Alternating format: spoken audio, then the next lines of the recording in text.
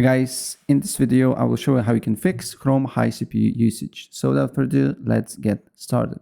First of all, press on the three dots here, go to extensions, manage extensions, and disable all the extensions that you don't use.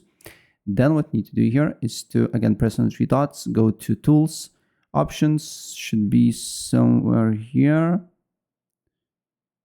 I don't see it. More tools.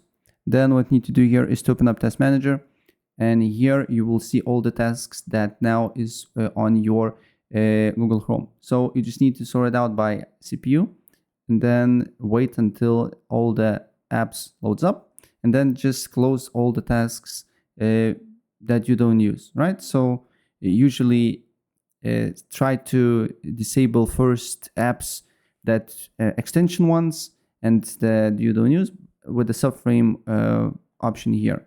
You just need to end all the processes here that you don't use here, right? And then look if the problem persists, right? So yeah, that's basically it. And also don't forget to go to settings and then about Chrome, make sure you're running the latest version of Google Chrome here. So yeah, that's basically it.